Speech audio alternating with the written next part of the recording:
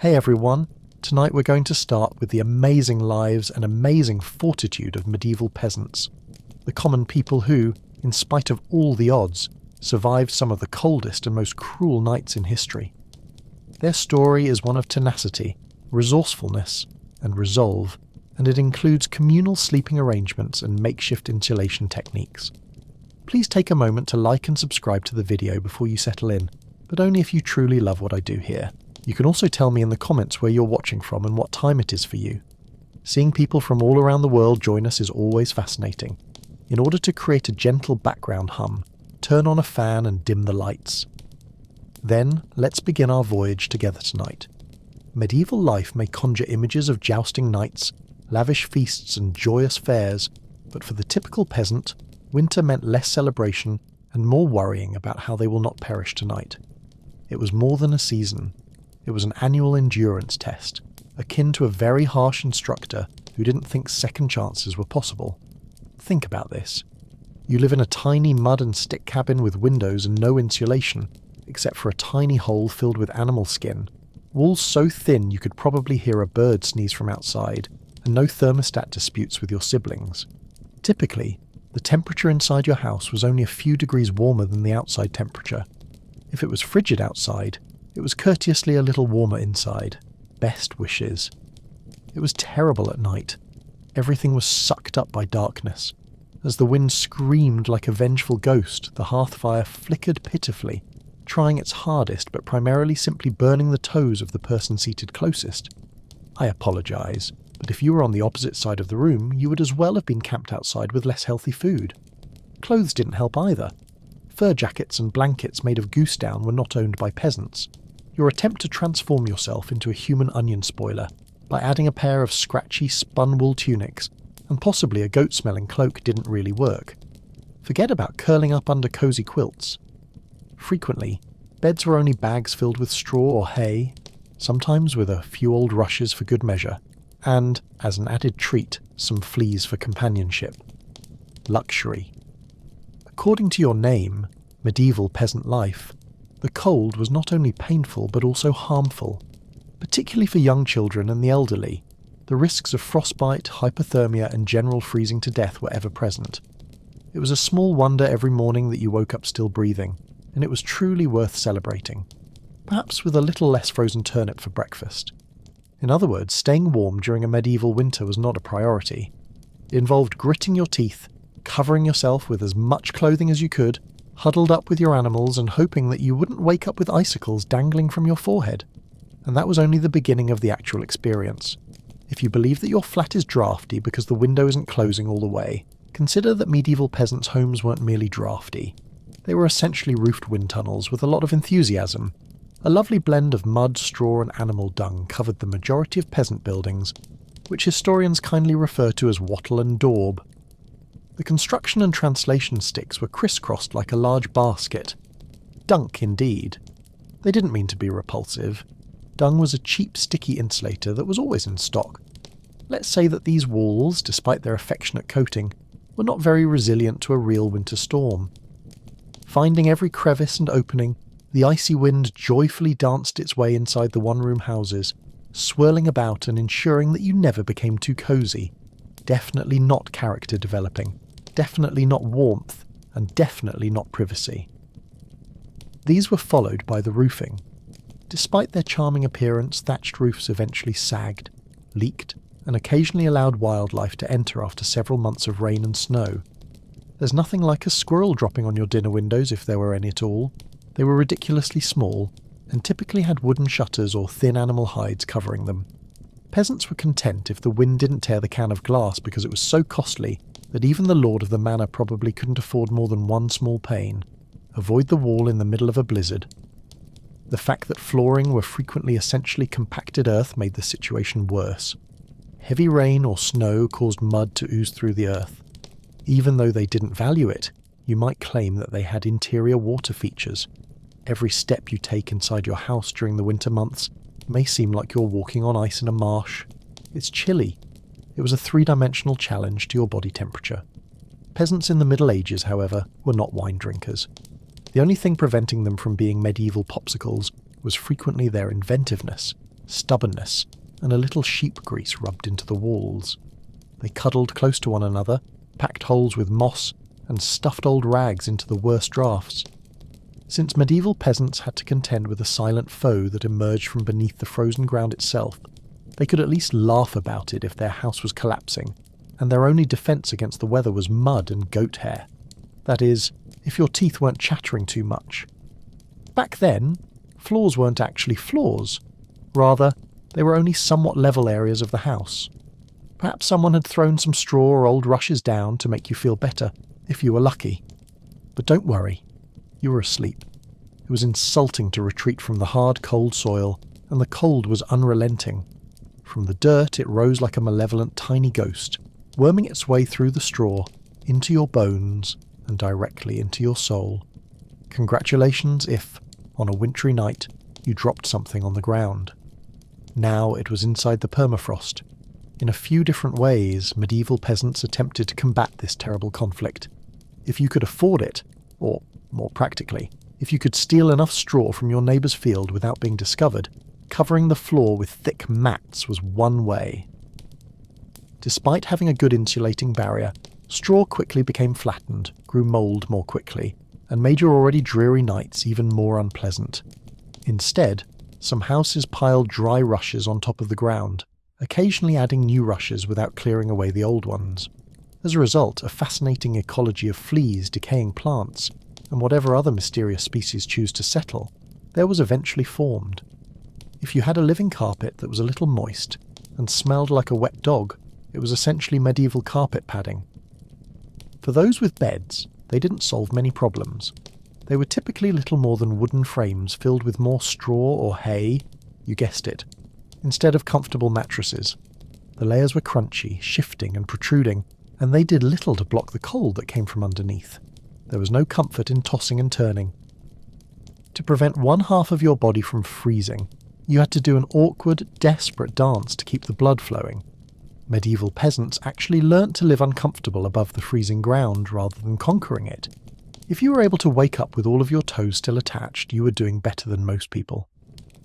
A good night's sleep wasn't about dreams or softness.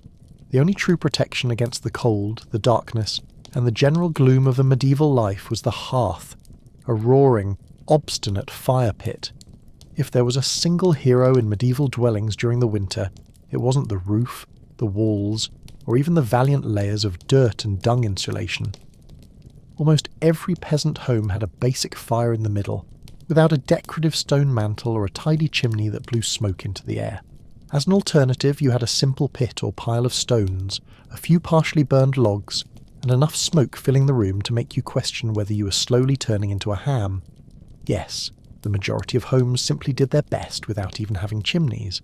It floated out through tiny holes in the roof, crevices in the walls, or, if it was feeling slack that night, straight into your lungs. It wasn't good for breathing or your life in general. Positively, though, it performed admirably in eliminating fleas and other undesirable visitors that require pest control while marinating in smoke. The hearth was more than just a place to stay warm all day. It served as the kitchen's light source and occasionally as a kind of medieval television. Around the fire, people sat and talked, gossiped, or simply gazed into the flames. Sincerely, there wasn't much else to do once the sun fell. Not only was it a good idea to keep the fire going, but it was required. Allowing the fire to extinguish at night was like to inviting the cold to in and consume you. It was much more difficult to rekindle a fire in the cold than it was to strike a match. More prayers than you had ever offered before, together with steel, kindling and flint were required of you. Every member of the family had a responsibility, whether it was to add peat sticks, check the embers, feed the fire, or, if they were fortunate, a valuable piece of dry wood.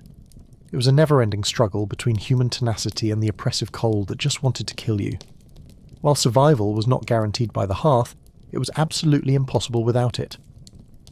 Despite its smoky, sputtering and frequently disheartening nature, this small fire served as the lifeblood of hope during a medieval winter. Let the fire go out overnight without that warm, flickering lifeline was the one thing medieval peasants feared more than running out of ale. The cold would set in faster than a tax collector after harvest, and starting a fire from scratch in the dead of winter wasn't just inconvenient, it could be fatal. matches were not yet invented. By striking flint and steel together, begging for a single priceless spark, and then nurturing that spark with gentle love and whatever dry kindling you hadn't burned days earlier, lighters dreamed of rekindling a fire. Try doing all of this while half asleep and with cold fingers in the icy dark.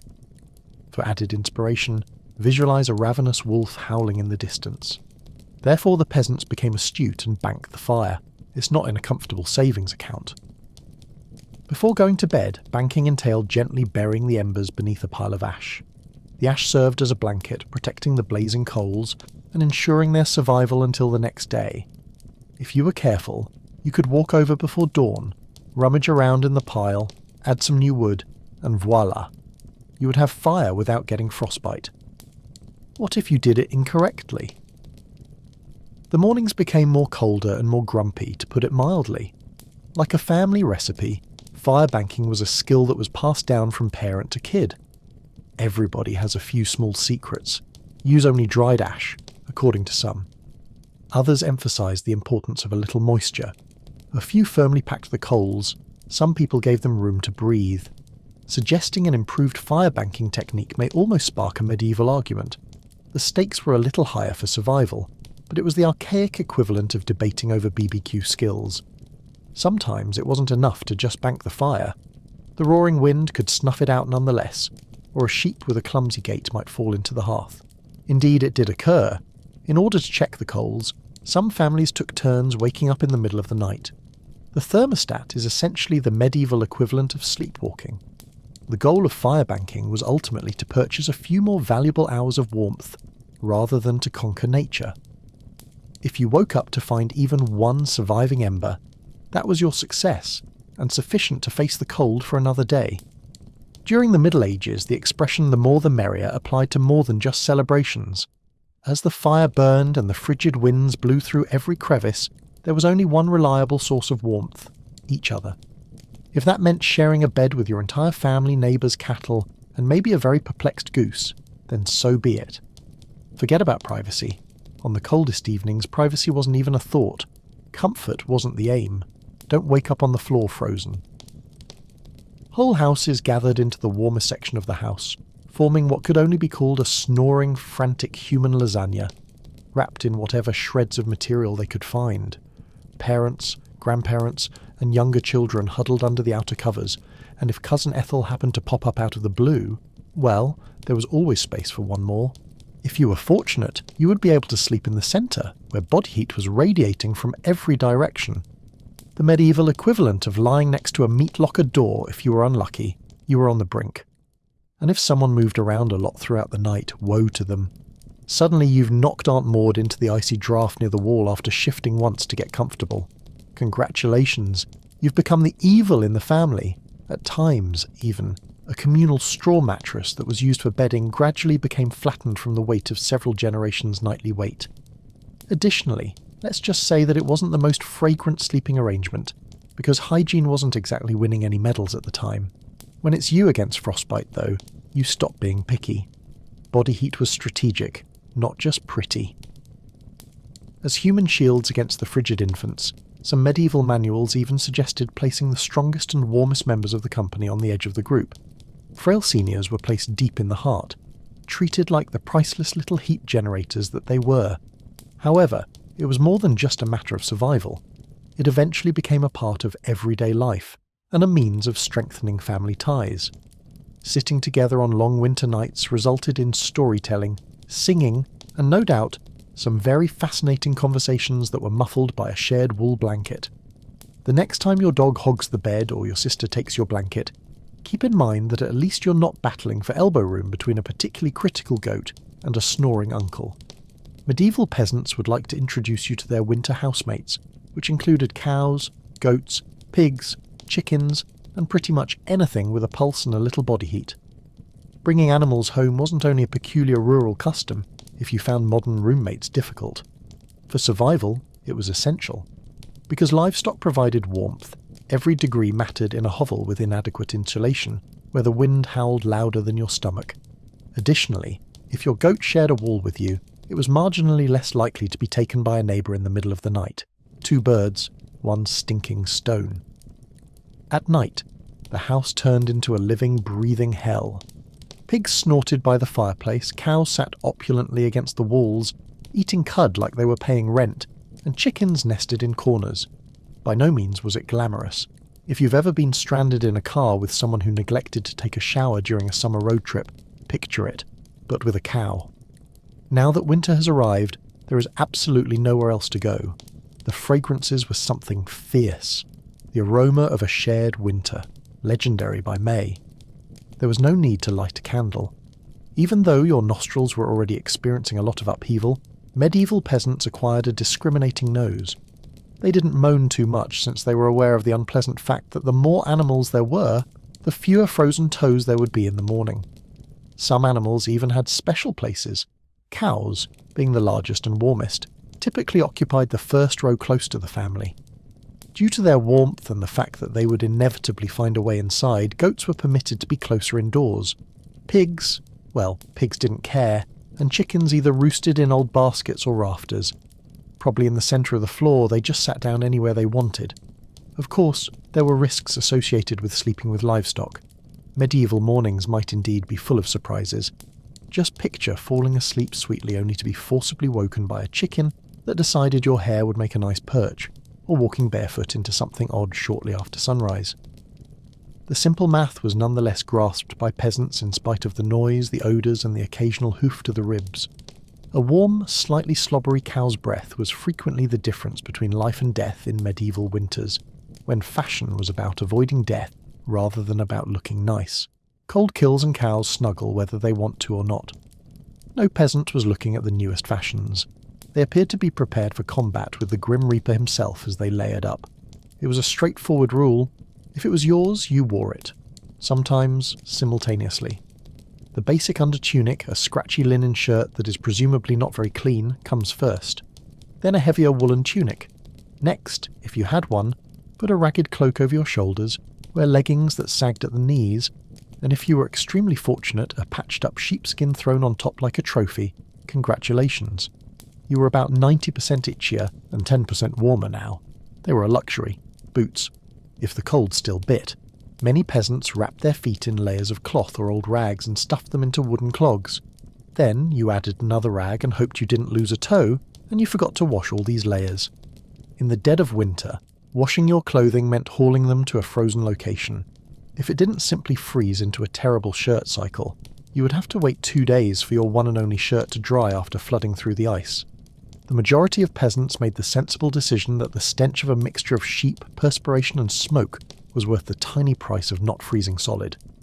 Curiously, the accumulation of oil and grime had an added benefit: insulation. This filthy covering kept body heat in. It resembled a medieval Gore-Tex garment, except it was far less socially acceptable now and smelled worse. Gloves, hats and scarves were cherished items.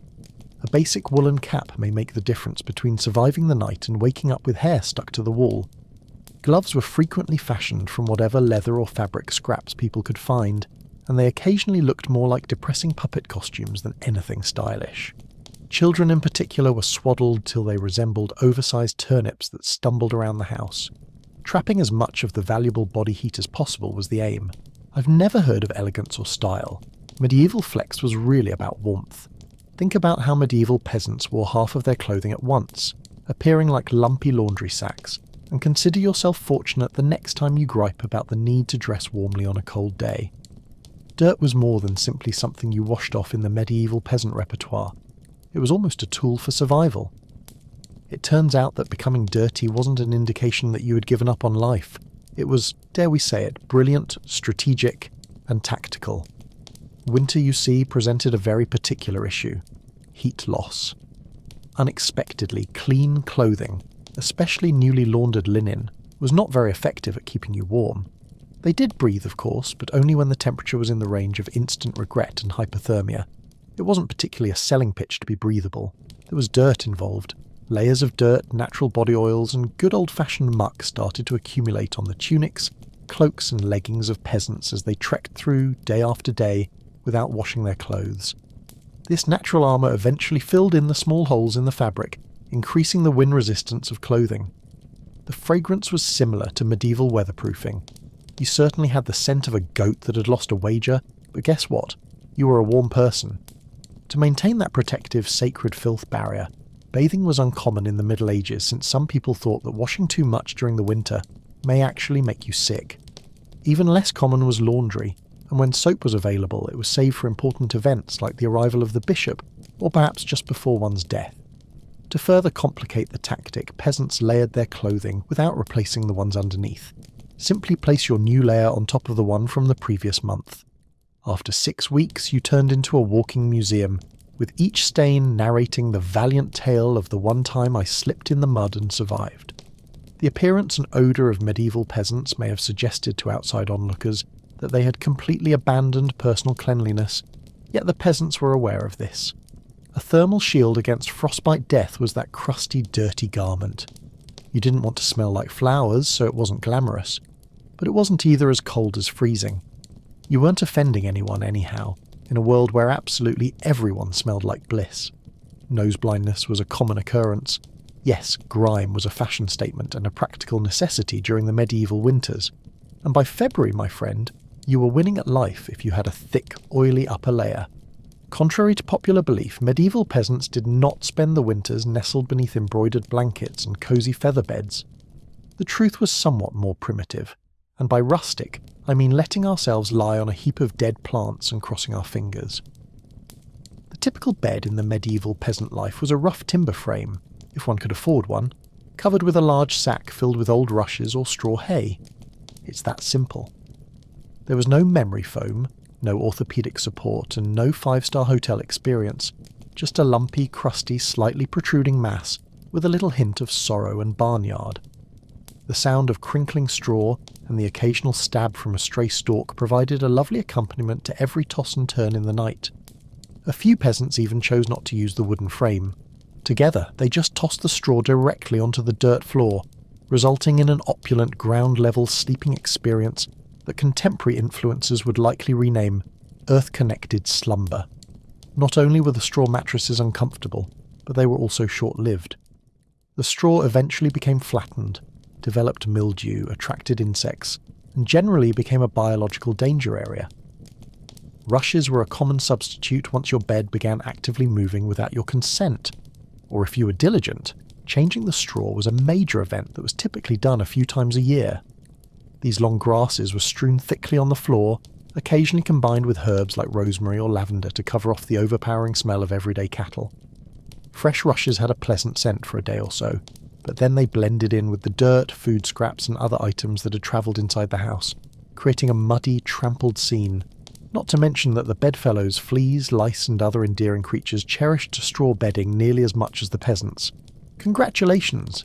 If you woke up scratching more than you slept, you were experiencing the real thing in the Middle Ages. Despite the difficulties, these modest beds saved lives. They produced pockets of shared body heat by clustering together on top of the piles of straw, which served as an essential insulating barrier against the freezing ground.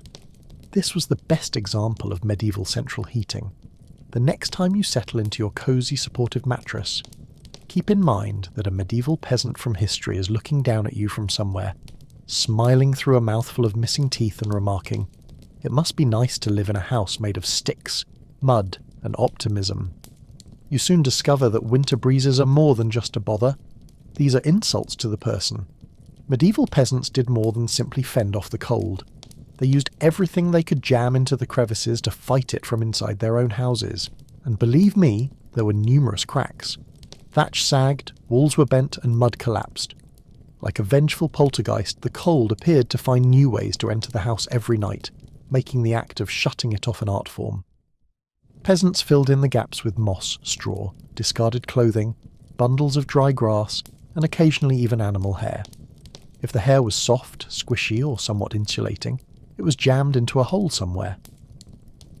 As an annual winter project, some especially tenacious individuals covered the outside of their walls with additional layers of mud and dung. Imagine putting cold manure onto your own house while standing in freezing weather and muttering, "This is fine." In a sense, this was luxury because roof leaks were another issue. Although cheap and plentiful, battlefield thatch wasn't exactly waterproof, especially after a few seasons of rain and snow. Peasants would patch holes in the roof with extra cloth, bundles of reeds, or in extreme cases pieces of turf stolen from the closest field. Eventually every house began to resemble a patchwork quilt, somewhat depressing, created by someone who gave up midway through doors. You were lucky if you had windows, but even then, they were just wooden boards held up by iron nails and obstinacy. To keep out the worst drafts and give the living area an additional scent of mystery meat, window apertures were frequently patched with animal hides or thick linen saturated in animal fat. The unrelenting, cunning cold and human ingenuity fought each night. Somehow, through ingenuity, stubbornness, and a refusal to accept slightly frozen as a permanent state of being, medieval peasants patched, stuffed, and muddled their way through the worst winters nature could throw at them, one muddy handful at a time. It was 1 minute you were warm, and the next minute a sudden gust would find the one spot you missed, slapping you awake like a frosty hand of doom. Don't even attempt to act as though everyone is asleep at the same time. Rather, they devised a survival tactic, sleeping in shifts, that would today make any military leader pleased. It was far more basic and frantic than any well-planned system with roll calls and whistles. While the other half of the household cuddled up under hay and tattered blankets in an attempt to get a few precious hours of half-frozen slumber, the other half remained up, tending to the fire and patching up errant drafts. The fire need ongoing care. If left unchecked, it would eventually die down and recommence. Recall that it was as simple as teaching a stoic donkey to dance. Families switched shifts because someone had to be on ember patrol and nobody wanted to get up once they were at least somewhat warm. While attempting to avoid stepping on a goat, you slept for a few hours, were nudged awake, and then staggered over to the hearth to prod, poke, and curse the fire back to life. It was not a glamorous rotation. There were only stiff joints, heavy eyelids, and a building hatred against whoever snored loudest during your shift. No night vision goggles, no late-night nibbles, and definitely no 5-minute snooze buttons. Youngsters who could handle a stick were forced to participate in service learning so early that during the cold, everyone either froze trying or pulled their weight.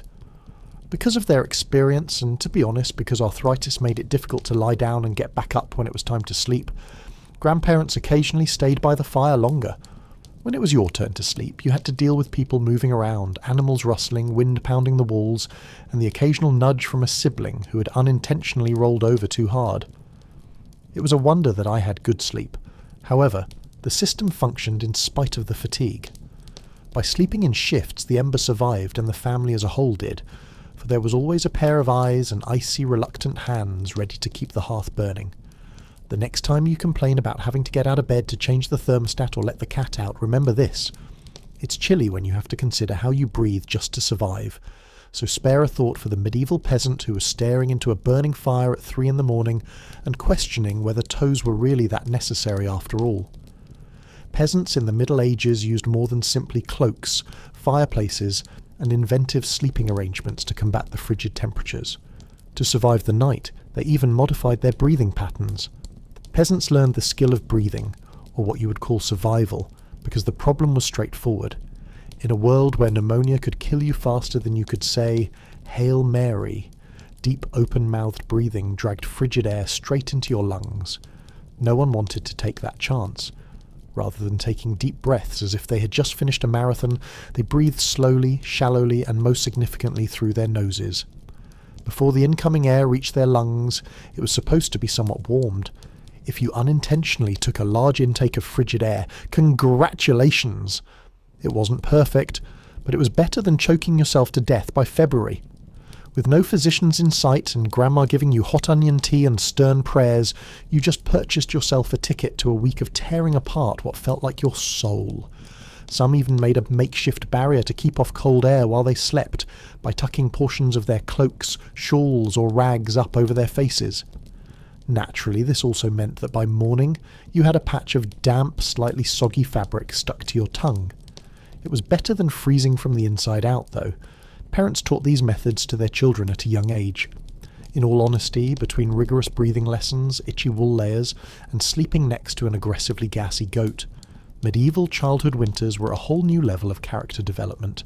Children were reprimanded for panting like dogs indoors during the cold months. There was a grim medieval version of a yoga retreat, complete with more frostbite and fewer motivational quotes from the Grand Survival Playbook. At night, nestled into straw bedding beneath heaps of cloaks and beside a gently steaming cow, breathing became an art form, slow and steady nose only, and as minimal as humanly possible. In the never-ending struggle against medieval winter, peasants found an unlikely secret weapon: a full stomach. It turns out that one of the best ways to ward off the cold wasn't another scratchy wool cloak. It wasn't the most glamorous tactic, but it worked one shallow breath at a time. It involved overindulging in a substantial meal just before bed. Warmth was represented by calories. According to the fundamentals of medieval thermodynamics, your body heated up more as you digested more food. You could eat a substantial meal, produce heat inside, and perhaps even survive till morning without becoming a peasant-shaped popsicle. Before a long cold night, what would medieval peasants heaped onto their plates? Imagine hearty stews that are laden with root vegetables like parsnips, onions and turnips. Grains were also a lifesaver. Barley gruel, rich, chewy rye bread, or oat porridge. You may even get a piece of dried sausage or a chunk of salted pork put into the stew if you were particularly fortunate, such as after a celebration day or a bountiful slaughter. This was not Instagram-worthy comfort food. It lacked artisanal garnishes and a refined presentation. It was a single, massive, hazily brown dinner that was meant to remain in your stomach like a cosy brick, gradually burning through the night to keep you slightly warm. Eating a lot wasn't the only goal. It was about consuming intelligent meals that produced a gradual, even drip of warmth and required longer to digest. In addition to being valued for their energy content, fatty meals were also valued because they burn more slowly than lean meat, stew bread, and a dubious quantity of lard. Parents made sure even the pickiest kids ate a lot during the height of medieval winter luxury. Whether you ate the turnips, shivered through the night thinking about how much you missed them, or Tiny Thomas didn't like them, no one gave a damn. Medieval-style, harsh but successful parenting, with plenty of nighttime, of course. There were risks associated with eating. Although you might have been warmer, you were also running the risk of having a night filled with vivid, surreal dreams brought on by a stomach that was feverishly trying to digest a field's worth of cabbages. Ultimately, peasants weren't hoping for a Michelin-starred supper, so was it worth it? Long before electric blankets and fancy heated mattress pads, medieval peasants had to get creative if they wanted a little extra warmth at bedtime. This is how the humble hay box and the ever-glitzy heated stone became winter's unsung heroes. They were trying to survive, and if that meant going to bed full of bloat and breathing gently through your nose next to a steaming cow, well, that was just another night in the never-ending quest to see another frosty sunrise. The hay box will be our first topic. It sounds rough, and it was, but the concept was brilliant. To keep leftover stew or hot porridge warm for hours, peasants would line a robust wooden box with hay, and use it to hold food that had already been prepared. It remained hot enough for a late-night snack without running the risk of rekindling the fire if you tossed it in the hay box and covered it. Basically, medieval slow cookers. Peasants, however, did not limit themselves to food. They came to the conclusion that hay could retain the heat from something even better if it could do the same for a stew pot. Rocks enter the age of the heated stone. Before going to bed, someone, most likely the unlucky child who lost the family argument, would pick up a flat stone and throw it into the centre of the fireplace. Once it was almost too hot to handle, a thin line between third-degree burn and helpful, they would remove it with a stick or some old tongs. The stone would be carefully wrapped in rags, nestled into an old piece of cloth, or crammed into a clay pot while still radiating exquisite warmth. Then, like a medieval heating pad prepared to fight the icy ground, the foot sank beneath the hay and the mattress or at the foot of the bed. If you didn't wrap the stone properly, there were risks, of course. Congratulations! You now have a small localized house fire. If you dropped it on your foot, well, let's just say that slipping on ice wasn't always the cause of winter injuries. However, when everything went right, that stone provided priceless, reassuring warmth that lasted for hours. It wasn't opulent, but in the vast arsenal of medieval winter survival, luxury was defined as not waking up with icicles hanging from your nose when you lived in a half-frozen cabin. Although it may not sound glamorous, the hot rock nestled into some hay was a tiny miracle for peasants who were desperate for any heat they could find in their homes during the Middle Ages. The hearth was more than just a place to cook dinner. It was a family member, albeit a temperamental, smoky and occasionally uncooperative one that was vital to survival, particularly when it came time to sleep. You had a better chance of waking up unfrozen the closer you were to the fire. As a result, sleeping arrangements became less about personal preference and more about strategic placement. Babies, the elderly, and anyone ill or weak got priority access to prime hearth real estate, while parents, older children, and more resilient adults fanned out from there like human insulation layers. Being given a spot near the fire wasn't just a gesture, it was a matter of basic survival. Calculate. Elders were invaluable sources of family information, babies were delicate and heat generators, and let's face it, the best gossip was essential to keeping them warm. It wasn't all comfort, though. You were essentially camping in an icebox if you were toasting too close to the flames, and ran the risk of waking up with your hair singed or your cloak smouldering suspiciously too far. The dance was delicate. Don't get too close, so you have to tell your neighbour why you suddenly look like a half-cooked roast, but close enough to enjoy the light of the fire. Moreover, the fire did not disperse heat uniformly. Most of the time it burnt the people right in front of it, while everyone else struggled like icy lizards for a sunbeam over the tiny cone of fire. One side of your body may be wonderfully warm, while the other is frozen so solid that you could definitely knock on it if you were fortunate enough to sleep with your back to the fire. Naturally, pets and cattle are also muscled, and a dog may put itself between you and the fire, its tail swinging perilously near an open flame. Occasionally, like little feathered protectors of warmth, chickens would perch precariously on hearthstones and cluck gently into the night. Every shift of burning embers and every crackle of the logs was a tiny assurance that you were still alive and, for the time being, still warm. Thus, lulled by the pops and hisses of the fire, peasants fell into restless slumber, each breath creating little clouds in the cold air outside the fire's delicate circle. Life was holding to warmth by a thread of glowing coals, but it wasn't comfortable or ideal. No one in the medieval era made it through the winter by themselves, unless they wished to turn into a fashionable frozen statue by January. It was a village enterprise, a filthy, muddy, noisy partnership, where everyone's life and warmth depended on everyone else. Survival was not just a family issue. The peasants were aware that a pile of hay and a powerful fire could only go so far in the depth of winter. If your neighbour's house became black, you could see that the smoke from old Tom's fireplace had abruptly ceased and was rolling up into the sky. Someone went to check because community meant survival, not simply because Tom owed you a chicken, though that may have played a role. Unofficial winter watchers, usually young or old, kept an eye on who was coughing too much, who hadn't come to barter at the market in a few days, or whose house appeared a bit too motionless in the morning frost. These individuals were unable to labour the fields. With a lot more sheep and no fluorescent vests, these individuals were the medieval equivalent of neighbourhood patrol. A good neighbour would hurry over with a blazing coal wrapped in rags if a family's fire went out, indicating an imminent emergency. Better yet, they would ask them to spend the night in their own smoky, packed hut.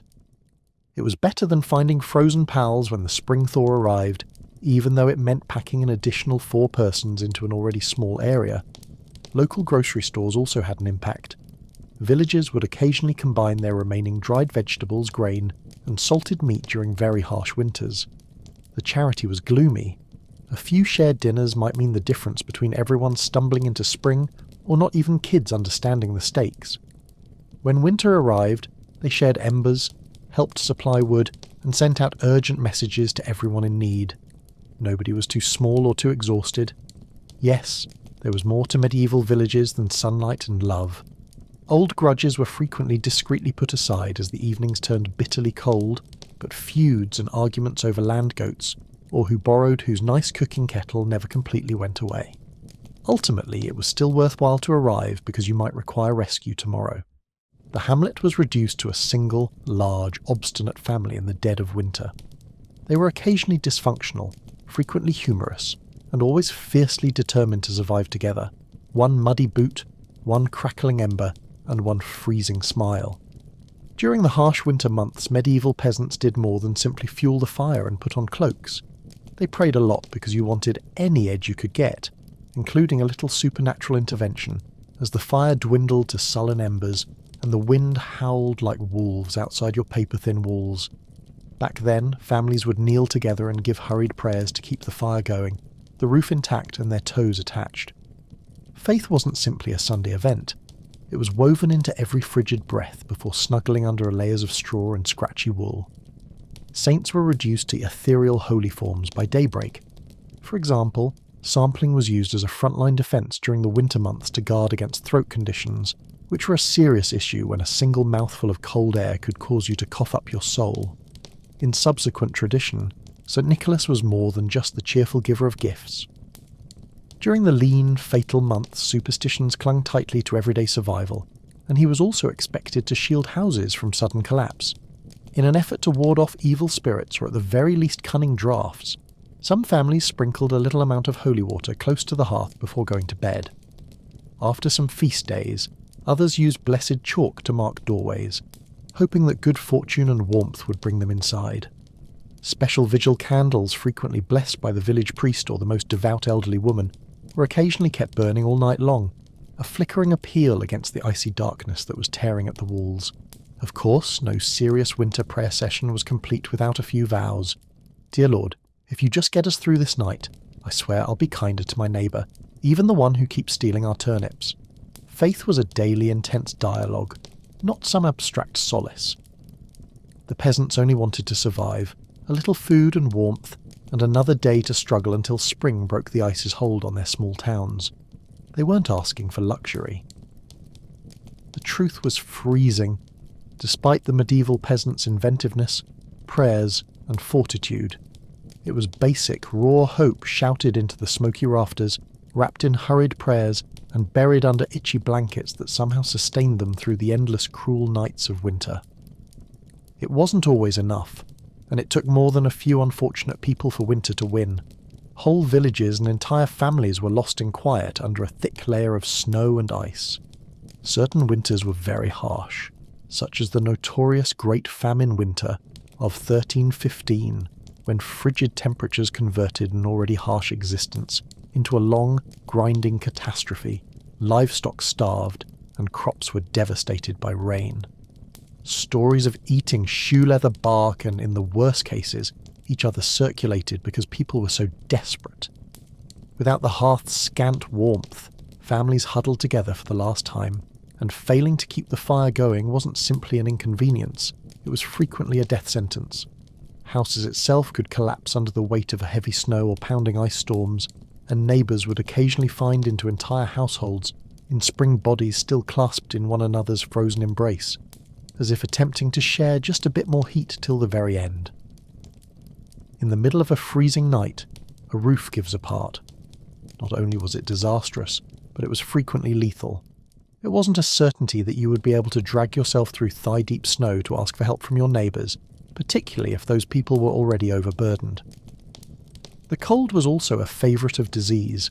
The body was weakened by starvation, and smoky small dwellings became havens for bronchitis, pneumonia, and other fatal illnesses. By January, a minor cough in December might easily turn into a funeral. Then came the silent horror. Frostbite, blackened and dead fingers, toes and even ears that were still connected to their owners. A gloomy badge of honour that read, "I made it through, but winter took a piece of me," was worn by some people who endured winters at the expense of their limbs. However, the strange normalcy of the death is far more frightening than the death itself. People came to terms with the fact that some of them would not see Thor's death every winter. Medieval peasants persisted obstinately, grieving and clinging to life despite the bitter, cold and ever-present threat. As long as there was one ember remaining in the hearth, one breath hanging in the frozen air, there was still a fight worth fighting. It was just another neighbour at the door, wrapped in frost, waiting its turn. It's easy to focus on the struggles of medieval peasants, those muddy, frost-bitten survivors of endless winters, and their cracked hands, frozen toes, and smoke-choked huts. But beneath all of that suffering lies something much more potent, a legacy of unadulterated, unyielding ingenuity and unwavering perseverance. They lacked comfortable memory foam mattresses and heated jackets with central heating. The luxury of expecting they would live until spring was not even available to them. The pattern for resilience, however, was what they had and left behind. Each mattress filled with hay, each hand-banked fire, and each breach in the wall filled with moss were all examples of human ingenuity. They remained resilient in the face of pressure and overwhelming odds. They adjusted. Their communities were founded on more than just common ground. They learned from the land, from one another, and from the harsh lessons cut by each harsh winter. Their foundation was mutual survival. They taught one another to take care of the ill, to share food when it was running low, and to have faith that if you help a neighbour who is freezing today, someone could help you tomorrow. Their faith was also a form of fortitude, and they lived by the principle that no one can survive winter alone. Fragile and stubborn, they incorporated prayers into their daily lives, not only out of fear, but also out of hope that tomorrow might be a little warmer and a little brighter, that after 100 dark nights spring would return, and that life would somehow find a way to push through the frozen ground. And somehow it did, thanks to their sacrifices and unglamorous victories, because they survived one more night, one more storm, and future generations thrived. Bit by frozen bit they pushed humanity forward, enduring winters that their ancestors could hardly survive, until warmth and comfort became commonplace expectations. Their blood, sweat and ingenuity are stitched invisibly into the lives we live today, not just as distant dreams. The result of innumerable medieval peasants who refused to succumb to the cold is every warm dwelling, every snug blanket, and every leisurely winter evening spent drinking tea beneath gentle lights. Therefore perhaps think of them the next time the wind howls outside your double-paned window. They are the anonymous, courageous people who, one ember, one breath, and one obstinate heartbeat at a time, transform shivering survival into a living legacy. Anne Boleyn was not born with an army at her feet, or a crown on her head. Born in 1501, most likely at Hever Castle or Blickling Hall. She was the daughter of Elizabeth Howard, a noblewoman with significant familial connections in the overall context of Tudor society, and Thomas Boleyn, an aspirational ambassador. The birth of Anne hardly caused a stir. However, something special was growing from these humble beginnings, a life that would eventually change the trajectory of English history. Anne was distinguished from a young age by her intellect rather than her money. She was intelligent, vivacious, and, by all accounts, captivating. Her family saw her potential and sent her to the continent where her schooling really started. She first served Margaret of Austria in the Netherlands' glitzy court, an experience that few English girls could hope to have. Anne took in the intricate dance of European politics, the art of diplomacy, and elegant manners. However, Anne's genius was really refined in France. While other young ladies honed their needlework skills, she spent years in the opulent courts of Queens Claude and Marguerite of Navarre, learning the language of influence, elegance, flirting, and wit. Without ever seeming to seek attention, Anne was a master of conversation, intrigue, and demanding attention. Anne was a unique lady by the time she returned to England in the early 1520s. She had the ambition of a rising English house, and could compete with the elegance of continental courtiers. Even her admirers acknowledged that she wasn't a traditional beauty, but beneath the trappings of courtly grace, she had a fast, musical voice, a way of moving that implied purpose, and striking, dark eyes that glowed with intelligence. Anne didn't simply walk into rooms, their gravity was altered by her. Anne refused to quietly fade into obscurity during a period when a woman's destiny was frequently determined by her birth and marriage. She had witnessed the influence that intelligence and charm could have in foreign courts, and she planned to use that understanding back home. At the time, Anne Boleyn was a young lady who was intelligent, ambitious, and unproven, but history was already starting to take shape around her. The child who went back to England was more than merely the daughter of Thomas Boleyn. She was a participant in a bigger game that would soon overtake the actual crown.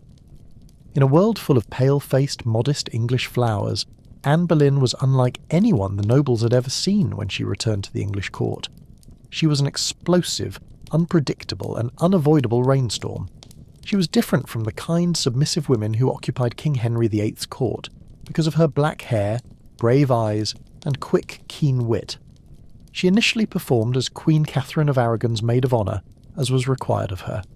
However, Anne's presence glowed like a candle that was too bright to extinguish, even in the Queen's shadow. She laughed with a confidence few women dared to show, spoke French fluently, and danced elegantly. Men took attention, women engaged in gossiping. There was a subtle buzz in the court about the beautiful Boleyn girl, and soon she attracted the most hazardous attention of all, that of Henry VIII, the King. who was no stranger to flirtation. Whispered vows and covert relationships were commonplace in his court. Anne, however, was unique. Unlike so many others, she teased, challenged, and refused to swoon at his comments or jump into his arms. A man accustomed to instant adoration, Henry was enthralled. He plummeted farther the more Anne kept him at arm's length.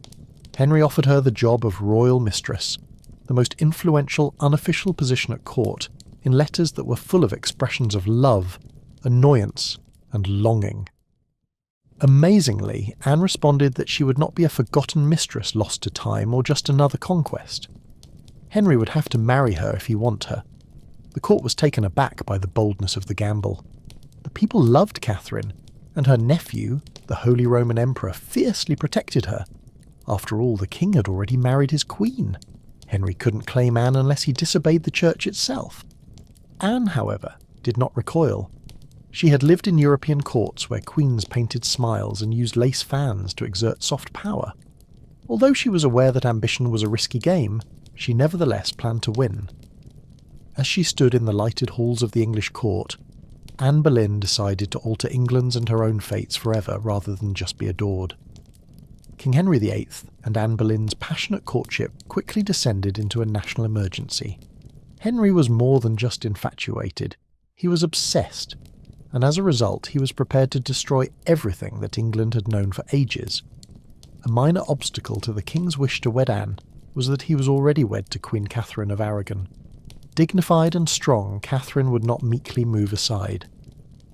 In the eyes of God and the English, she was the legitimate queen, and she'd been Henry's faithful wife for 20 years. Henry was adamant despite the fact that divorce was not only scandalous, but almost unimaginable. Because Catherine had previously been married to his brother Arthur, he persuaded himself and others that his marriage to her was doomed. Henry now insisted that his soul was condemned until he cancelled the marriage, regardless of the fact that the Pope had given special authorization for their union years before. For her part, Anne knew better than to seem overly excited. She alternated between bolstering Henry's hopes and keeping her distance, keeping herself just out of reach. Every look and every word had a purpose. She had more in mind than marriage. She was setting herself up to rule England as queen. There were factions and murmurs throughout the court. While some noble families clung tenaciously to Queen Catherine, appalled by the prospect of Anne taking her place, and ambassadors wrote frantic messages back to Rome, other noble families gladly courted Anne's favour as they saw the winds of power moving. Retaliation was threatened by foreign monarchs. Henry became increasingly frustrated as his own advisers shifted uncomfortably, feeling the ground tremble beneath their feet as the months stretched into years. He persuaded his attorneys to look for weaknesses, flooded the Pope with petitions, and gradually came to understand that the Church would not budge. Emperor Charles V, Catherine's nephew and the most powerful man in Europe, was one of her strong allies. Nevertheless, Henry persisted in his courtship of Anne, disregarding counsel, custom, and more the law itself. It had evolved into a conflict that threatened the foundation of England's political and religious life. Anne was leading a whole kingdom into unknown territory, in addition to winning over a king's heart. After over 7 torturous years of scheming, scandal and diplomatic turmoil, a perilous game had begun, and there was no going back. Given that Henry VIII was still legally married to Catherine of Aragon, Anne Boleyn's risky decision to wed him in secret in January 1533 paid off. By June, Anne had been crowned Queen of England in a grand ceremony at Westminster Abbey, which was widely regarded by the Pope and much of Europe. The scene was far from uniformly happy, yet it should have been the climax of her life. The Londoners looked on with suspicion. A few others applauded, others whispered Queen Catherine's name. With her bold spirit and French mannerisms, Anne came into her queenship not as a beloved figure but as a storm, leaving many to wonder if she was a godsend or a burden. Anne was brilliant, controversial, and politically sound, in contrast to Catherine, who personified the traditional English virtues of humility and piety. She made formidable adversaries with amazing quickness, donned striking colours, and led the court with keen insight. Although she appeared to be in a comfortable position, it was actually extremely vulnerable. The only thing that mattered was giving Henry a male heir. Anne was as well aware of this as anyone. She was no longer just Henry's lover. She was a dynasty's hope. Anne and Henry were thrilled early in her pregnancy, certain that the kid would be a boy. However, Anne gave birth to Elizabeth, a girl, in September of 1533. Insisting that the next kid would undoubtedly be a boy, Anne, to her credit, managed to hide her heartbreaking sorrow with elegance. Henry, though, was less calm. His once adoring gaze now wavered with uncertainty. Anne's star blazed brightly for a while. Crowned with the sacred oil typically reserved for kings, she became the first queen in English history and transformed the English court in her image, bringing her family to previously unheard of heights. She had a huge impact. Ambassadors from other countries asked for her favour. To gain her favour, courtiers rearranged their alliances. To ensure that Anne's rule could not be challenged, the once obedient Henry started to formally distance England from Rome by establishing the Church of England, which he led. Although Anne had won the throne, maintaining it would require more than charm, ambition, or even love. Despite her victory, rivals circled, waiting, friends whispered behind their hands, and Henry, restless and erratic, was already starting to look past the brilliant woman who had rewritten the kingdom for him. The flaws in Anne Boleyn's universe were evident almost immediately after she put the crown on her head. She had ascended higher than most women of her era, but the higher you go, the harder it is to descend. The urge to have a male successor was the main source of Anne's difficulties. Despite being intelligent and healthy, her first child, Elizabeth, was not Henry's son. His dynastic hopes were on her, and time was running out. In short order, Anne became pregnant several times, but she experienced grief and miscarriages that left her emotionally and physically exhausted. Every kid she lost eroded the foundation she had established. Anne, who never suffers in silence, argued and demanded to maintain her position as Henry, who had formerly been fervently dedicated, started to distance himself from his disappointment. Although many nobles who had gritted their teeth to put up with Anne's rise now openly plotted her downfall, Catherine of Aragon's supporters never forgiven Anne for what they perceived as theft and sacrilege, and Henry, a man who valued obedience as much as beauty, grew weary of her sharpness, her defiance, and the very fire that had once drawn him in outside the royal chambers. She was referred to as the Great Whore by commoners, who also blamed her for the rift with Rome and the subsequent oppressive changes. Then Jane Seymour appeared, quiet and modest, and everything Anne was not. Henry's wandering attention was drawn to Jane.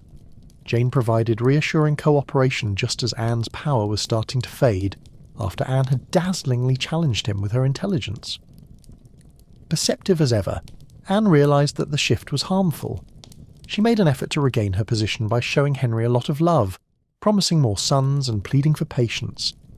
But the king, who was always erratic, had already started to consider life without the woman he had previously destroyed a whole kingdom for. Thomas Cromwell, Anne's erstwhile ally, was among her political adversaries who felt the shift. The woman who had so skillfully played the risky game of ambition was now losing momentum as they started to covertly gather allegations, rumours and witnesses for a campaign of destruction. Although Anne's bravery and guile had earned her the throne, her triumphs held little weight in the cruel, dynamic environment of Henry's court. Anne's opponents were honing their blades, and only new success counted. Soon, the queen who had destroyed a country would witness firsthand how easily she could be destroyed by a kingdom. Swords and armies were not used by Anne Boleyn's adversaries to harm her. They arrived at the court's back chambers with murmurs, secrets, and well-honed lies. Betrayal was simmering, patient, silent, and lethal. Once Anne's strongest supporter during the English Reformation, Thomas Cromwell had turned against her. Mutual ambition had been the foundation of their alliance, but now their objectives ran against to one another. Anne favoured changes to aid the underprivileged and curtail the influence of avaricious aristocrats. Anne's audacity had made her dangerous, and love had turned into annoyance, mistrust, and icy detachment in Henry's erratic heart. Cromwell desired stability, favour with Henry, and no meddling. Jane Seymour, quiet and cunning, lurked just out of sight, the ideal contrast to Anne's waning fire. Anne had few loyal friends left, and even her charm, which had once been her greatest weapon, now resented the court's desire for a softer, more pliable queen. Knowing that Henry was agitated, and that the monarch desired to leave but had no easy reason, Cromwell took the initiative and provided a solution. What if Anne could be removed by disgrace rather than divorce, which would make Henry feel inferior? Adultery, incest, and plot against the monarch were among the strange and heinous charges made against Anne, the proud and clever queen, who was portrayed as a betrayer, a seductress, and a danger to the very crown she had redefined.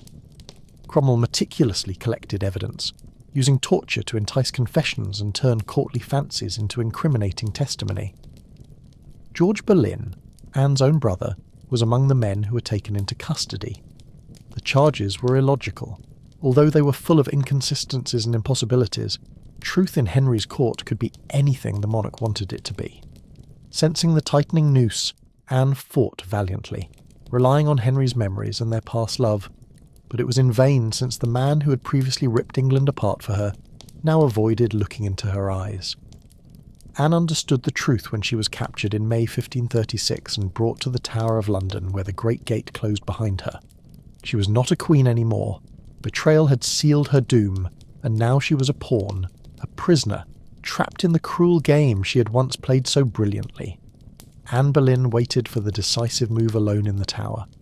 A tribunal of nobles, many of whom owed their titles and wealth to her assent, sat in judgment, icy and vigilant, ready to obliterate the woman who had once altered England's course, as Anne Boleyn stood in the Great Hall of the Tower of London. Adultery with several men, including her own brother George Boleyn, high treason, and conspiracy against the king were among the shocking charges against her. In a different world, such charges against a queen would have been unimaginable, but in this case, they were merely theatre, a gloomy performance intended to give Henry Weth exactly what he desired. Anne's demise was shrouded in a thin veil of legality. She defended herself with the same ferocity that had won Henry's heart in the past, and she refuted every claim with a level of intelligence, accuracy, and poise that even her adversaries found astounding. She reminded them that she'd been anointed as Queen of England, chosen by God, and crowned with sacred oil.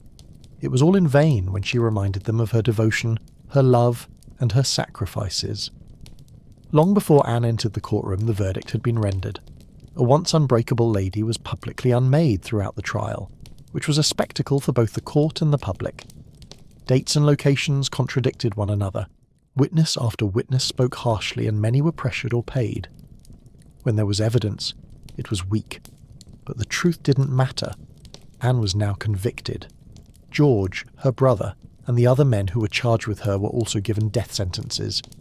In contrast to the typical traitor's death of hanging, drawing, and quartering, Anne would be executed by beheading, which is a kinder punishment. Anne did not cry when the verdict was announced. Her soul was firmly intact, yet her face was pallid as she stood tall. She spoke plainly in the last few minutes before being escorted back to her cell, saying that she was ready to die and asking God to spare her soul. The court breathed a sigh of relief as the huge hall doors closed behind her. Anne had been a beautiful, frightening, and unforgettable storm, and it was almost done. But even so, it was in. They were unaware that Anne Boleyn was not being erased. She was being immortalised in tragedy, betrayal, and legend. Following her trial, Anne Boleyn was brought back to the Tower of London, not as the victorious queen who had previously ruled England, but as a convicted prisoner who was about to die. Despite this, Anne prepared herself and refused to give up amid the chilly, reverberating halls of the tower. She knelt on the hard stone flooring and prayed for hours. Her voice was firm, her hands clenched securely. She thought she'd done no crimes, so she didn't confess to any. Her women-in-waiting, the few who had remained faithful, sobbed in secret as she expressed her desire for her death to bring peace to the realm and possibly mercy to her young daughter Elizabeth. Rather of the other way around, Anne soothed them. Her dark humour was the tenacious spark that had made her distinctive, and she occasionally quipped bitterly that she would be remembered as a queen who had lost her head. Meanwhile, there was no hint of mercy from Henry VIII. Even before Anne's execution date was set, Henry was planning his next marriage for her. This final betrayal from the man who had once destroyed a kingdom for her must have been the most painful blow of all. On May 18th, 1536, Anne was informed that she would die the following morning, and she didn't get much sleep that night. Rather, she prayed for forgiveness in her last hours, asking God to pardon everyone who had harmed her, as well as maybe herself for the ego and ambition that had brought her to this point. With a glimmer of royal benevolence, Henry had arranged for a French swordsman to do the execution more quickly, cleanly, and humanely than an axe. Perhaps more for the king's conscience than for Anne's comfort, it was a minor favour. Anne meticulously prepared for her last moments at dawn, wearing a crimson kirtle under hues of sacrifice and dignity, and a dark grey robe of damask trimmed with fur. As the cold morning mist curled over the courtyard stones of the tower, she tied up her dark hair and slipped it behind a modest hat, prepared to face the blade with elegance. Queen Mother and survival combatant Anne Boleyn took the stage. Her story was only getting started, but her end was imminent. There would be no sobs or entreaties, only one last act of bravery in the face of history's condemnation. When Anne Boleyn climbed the gallows inside the Tower of London's walls on the morning of May 19th, 1536, a tiny group of people, courtiers, guards, and a few witnesses, gathered in stillness, as though the stone walls themselves were holding their breath. With her grey gown billowing slightly in the chilly morning wind, Anne stood tall. She appeared thinner than when she appeared in court. Her face was peaceful yet pallid. She faced death with the same steely dignity that had once brought a kingdom to its knees. There were no hysterics or broken sobbing. Her final words were carefully chosen as she spoke short. She didn't defend herself. She didn't accuse. Anne offered the world forgiveness rather than a confession when she prayed for the health and prosperity of the king, the very man who had deserted her in her last moments. Even those who had come to witness her fall were astounded by her bravery. The French executioner arrived specifically to guarantee a speedy demise. Anne took a step forward and knelt up, her eyes raised to the sky and her palms folded in prayer. Her eyes were tied with a tiny piece of white linen. She didn't move. The silent, fast sword flashed, and Anne Boleyn, the Queen Mother and the creator of history, vanished. Since no suitable coffin had been made for her, she was swiftly buried in an unmarked grave inside the tower grounds, resting in a tiny box. She was a queen who had previously been crowned in gold, but had now been abandoned to disappear without a funeral. But that icy tomb wasn't where Anne's story ended. During her reign, English art, power, and global influence flourished under Elizabeth I, the Virgin Queen who inherited her mother's fierce spirit, sharp mind, and unwavering resilience. Elizabeth I was a child whose birth had once disappointed a king, and would go on to become one of the greatest monarchs in English history. England was permanently altered by Anne Boleyn. Her aspirations contributed to the break with Rome and the establishment of the English Church. Her downfall demonstrated to the world that even monarchs might be disregarded. Nevertheless, Anne's legacy shone brighter than any crown she had ever worn because of her blood and Elizabeth.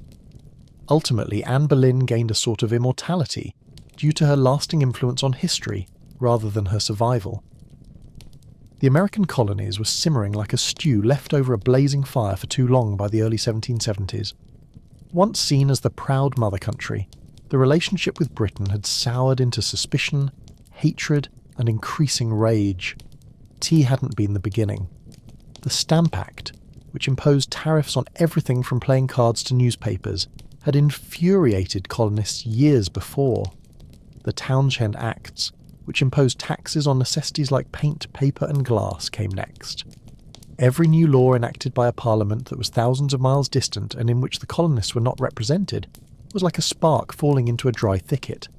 Initially, the rage manifested itself in flaming pamphlets and courteous petitions. Formal protests were drafted by colonial assemblies. Businesses planned boycotts. Newspapers were filled with fervent debates over liberty and rights from authors like John Dickinson and Samuel Adams. However, frustration gradually turned into something more sinister when it became clear that Britain was not paying attention. Even worse, Britain showed little concern. Many colonists held on to the faith that Parliament would remove the levies if they only made enough noise and used enough logic. And they did occasionally. Following clamorous colonial outcry, the Stamp Act was famously overturned. However, every minor triumph was followed by new laws, taxes, and taunts. The money wasn't the point. Actually, it was never. By British standards, the taxes were hardly high. the idea that they were being taxed against their will, treated like subjects rather than citizens, and governed like remote belongings rather than partners, enraged the colonists. More than any other city, Boston turned to become the centre of resistance.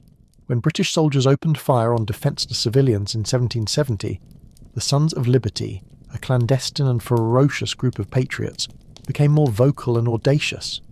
This event became known as the Boston Massacre. The cobblestones were already smeared with blood. There was no longer any trust. The colonies were on the verge of collapse by 1773. The colonists were unaware that the world would change forever the night that tea floated in the chilly waters of Boston Harbour. But it was the quiet, seemingly innocuous shape of crates, stacked with tea, that would set them off on a path of open defiance. Parliament made a crucial error in 1773 when it assumed that the American colonies would take cheaper tea in silence. They enacted the Tea Act, which was intended to reaffirm Britain's authority to impose taxes on the colonies, while also saving the faltering British East India Company. It appeared to be a terrific deal on paper. By eliminating middlemen and lowering prices, the Tea Act enabled the corporation to sell tea directly to the colonies, providing a luxury good at a fraction of the price. What might go wrong? Everything. Because the underlying idea was the issue, not the cost of the tea. The infamous tea tax was retained in place by the Tea Act. To accept the tea, even at a reduced price, would be to concede the authority of Parliament to impose taxes on the colonies without their approval. That was unimaginable to many Americans, a ceding of the freedoms they had spent over 10 years fighting to defend. Throughout the colonies, word of the Tea Act spread like wildfire. A monopoly that would stifle local trade infuriated merchants who saw it as a danger to their livelihoods. The reaction was particularly strong because Boston, a city scarred by the Boston Massacre and years of economic misery, saw the Tea Act for what it was, a trap masquerading as a deal. Patriots were furious at the underlying message that the Crown still believed it could do whatever it wanted in Boston. Refusing the tea turned into an honourable decision that served as a barometer for commitment to the cause of liberty. Newspaper columns blazed with ferocious invective. Public gatherings grew, with the promise that organisations such as the Sons of Liberty, led by Samuel Adams and others, organised boycotts. The message was clear: we will not be bought. East India Company tea would be unloaded, sold or consumed on American territory across the colonies. Ships carrying the contentious tea were turned away by local opposition in ports from New York to Charleston. However, things turned out differently in Boston. Arriving anchored in the harbour, the Dartmouth Eleanor and Beaver sat there unwilling to depart. Royal representatives demanded that the tea be unloaded. The colonists declined. As a drawn bowstring, a stalemate grew taut. The strain was intolerable. As the British tea ship sat obstinately stranded in Boston Harbour, history would never be the same again if one act broke it. Tension increased with each day that went by without a resolution, as the city itself turned into a powder keg. Boston was not simply putting up a fight. Anger-filled colonists were debating what to do as they prepared for a brawl in bars, churches and public squares. The Sons of Liberty organised resistance quickly under the leadership of fiery speakers like Paul Revere, John Hancock and Samuel Adams. They staged boisterous meetings that drew a large number of farmers, artisans and merchants, and they put up public notices urging people to boycott British tea. Every meeting fuelled the flames. The resistance's focal point was the Old South Meeting House. With their voices rising in defiance and their breath obscuring the air, thousands of people crowded into the wooden hall. Resolutions were passed, speeches were given, and tensions were raised here. Every vote that opposed the tea's dumping was a further blow to British power. The time was running out, yet Bostonians remained united. Tea and other imported products had to be unloaded, and the tax paid within 20 days, according to British law. Customs officers would confiscate the cargo and collect the levy by force if the ship stayed over the deadline. Even if they protested, the Sons of Liberty knew that the principle would be lost once the levy was paid. The tea was no longer the only thing at stake. The question was whether the colonies would rise up and defend their future, or if they would accept being treated like subjects with no rights. Thomas Hutchinson, the Royal Governor of Massachusetts, dug in his heels in the meanwhile. He insisted that the law be followed and would not allow the tea ships to depart before discharging their cargo. Forget about colonial fury. He believed that giving up would entail acknowledging that the colonies were governed by mobs rather than kings. The standoff in Boston turned into a show. All men, women and children were aware of the impending event. There, amid the crowded streets and crowded hearts of Boston, a decision was subtly taking shape, a plan that would reverberate across oceans and empires.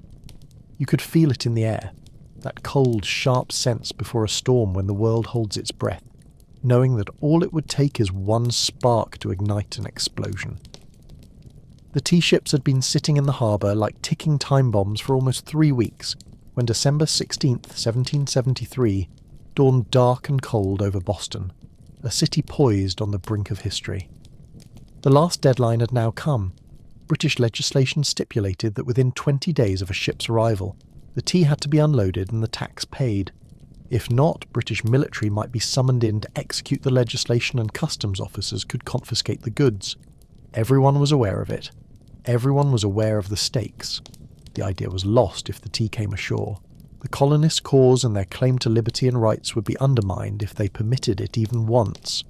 The Old South Meeting House, the town's largest structure, was crowded that morning with thousands of Bostonians and colonists from the surrounding area. To get there, some had travelled kilometres on foot across the frozen countryside. Men poured out onto the streets to listen to the ferocious speeches that reverberated through the halls because the assembly was so crowded. The meeting was presided over by Samuel Adams, the iron voice of revolt, as speaker after speaker stood up to condemn the Tea Act, to protest oppression, and to call for swift action. However, uncertainty lingered despite the defiance. What could be done without starting a full-scale conflict? How could they halt the tea without allowing ruthless reprisals to break out? Riders were galloping in with bleak tidings as the afternoon went on. Thomas Hutchinson, the governor, was unconvinced. Without unloading, the ships would not be permitted to depart. The king's law would be upheld, the tea confiscated, and the tax collected. The crowd erupted in rage. The force of it appeared to tremble the meeting house's walls, but Samuel Adams remained composed and said the words that put an end to the argument. Everyone understood the meaning of the simple sentence, yet this assembly can do nothing more to save the nation. Compromises and petitions would cease to exist. Action would take place outside, where a war yell sliced through the encroaching darkness. The signal men pretended to be Mohawk warriors, clad in blankets and feathers, and swiftly smeared soot on their cheeks. There was no intention of deceiving anyone. Making a symbol, a message that no one could misinterpret, was the goal. It was past the deadline. Boston would respond defiantly rather than verbally. The peaceful streets of Boston started to stir on December 16th, 1773, as twilight grew deeper over the city. Through the darkness came figures, common guys in ragged blankets, some with feathers, their faces blackened with soot. They had no intention of deceiving anyone into thinking they were real. Mohawks. Their disguise served as a symbolic gesture of letting go of their previous identities and assuming a new, powerful persona. They travelled in their dozens to Griffin's Pier, where the 3 tea ships, the Eleanor, the Dartmouth and the Beaver, were docked. Beneath them, the harbour water swirled, dark and frigid, heavy with the acrid sting of winter. There was no yelling or inebriated mayhem. There was no riot here. With clubs and hatchets in hand, the masked colonists overran the ships, overwhelming the few remaining crew members. The task was executed with cool, brutal precision. The sailors did not suffer any injuries. They were shoved aside and silently observed while the procedure got underway. With well-practiced blows, men cracked open the wooden boxes, releasing the sweet aroma of freshly brewed tea into the chilly night air. With their heavy splashes resonating over the quiet water, others heaved the containers overboard. A total of 342 chests were smashed and discarded out of the port, causing the black water to swirl with thousands of pounds of tea leaves. Onlookers observed from the dock. It's unclear if the silent, incredulous British guards stationed nearby were confused, sympathetic, or afraid of the violence getting worse because they didn't try to step in. According to some reports, even British loyalists saw that something had changed and that tonight would be the last time it could be stopped. The level of discipline was remarkable. In a place where starvation and adversity were everyday occurrences, Only the tea, the despised emblem of British oppression, was targeted. No cargo was taken, and no one looted the ships for riches. It would have been easy for the men to use the protest as a pretext for stealing. They didn't. After it was over, the harbour looked like a huge swirling cauldron full of ripped chests and wet tea leaves, and the night air was filled with an odd, bitter-sweet smell that was a combination of the sea's scent and the sharp taste of crushed tea. The task was completed, in silence. The men vanished into the night and into Boston's back streets and alleys, leaving only the obvious mark of revolution. No names, no leaders, no claims to renown. The Boston Tea Party was something more rarer, an act of cold, purposeful defiance done out under the cover of darkness, than a riot, a fight, or a drunken display. As the last smashed crates bobbed in the Black Sea, Boston remained motionless, nearly holding its breath. Thousands of pounds of East India Company tea drifted in enormous mats on the water, turning it black and turning the port into a gigantic whirling teapot. When several inquisitive and disobedient colonists picked up handfuls of damp leaves from the harbour, the Sons of Liberty on patrol around the docks reprimanded them. There was nothing to save. The work done tonight would not benefit anyone. This was straightforward and fundamental. The following morning, rumours spread like wildfire, and the town awoke to the lingering scent of salty tea. By noon, everyone, from merchants to apprentices, was aware of what had transpired, and opinions quickly diverged due to word of mouth, letters, and broadsheets. The fact that common people had defied the world's most powerful empire and fought for freedom inspired pride among patriots. There was horror among moderates and loyalists. Property destruction was risky and careless. If the colonies had gone too far, they would have been unable to return, and Governor Thomas Hutchinson was incensed in his palace by the devastation and the message it conveyed. If the king's authority could be so flagrantly disregarded in Boston, where else might revolt begin? British officials were taken aback. They hadn't anticipated organised, disciplined revolutionaries to peacefully destroy tens of thousands of pounds of royal property without even smashing a window. Instead, they had anticipated protests, boycotts, and perhaps another riot similar to the ones that had erupted over the Stamp Act. According to the official ledgers, the night's loss would be valued at more than 10,000 British pounds, and the captains of the ship, the Dartmouth, the Eleanor, and the Beaver, could only watch in despair as their cargo vanished beneath the seas. However, the true loss was not quantified in wasted tea or pounds sterling. The tea sank, but something deeper surfaced, a shared, indisputable truth that the era of non-violent protest was coming to an end. It was measured in loyalty, trust, and the tenuous illusion that Britain still ruled her colonies with permission. Boston was prepared for the reckoning that was imminent. British officials reacted quickly and angrily when news of the Boston Tea Party made its way to London. It was not just a protest. It was rebellion, an open challenge to royal authority that could not be disregarded. It was reported that King George III became icy cold with rage after learning the news. Outrage erupted in Parliament, which was already irritated by years of colonial disobedience. They called for punishment as a message to all of the American colonies, not only for the city of Boston. The outcome was a set of legislation so severe that it was soon dubbed the Intolerable Acts in America. The Boston Port Act in 1 dealt the initial blow quickly.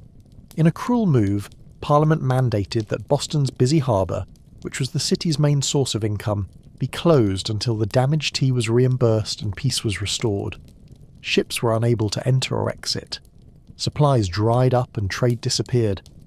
Once lively and boisterous, Boston became hauntingly silent, with its ports growing disturbingly calm. The penalty, however, did not end there. By taking away the colony's ability to govern itself, the Massachusetts Government Act firmly established the king's chosen representatives in charge of it.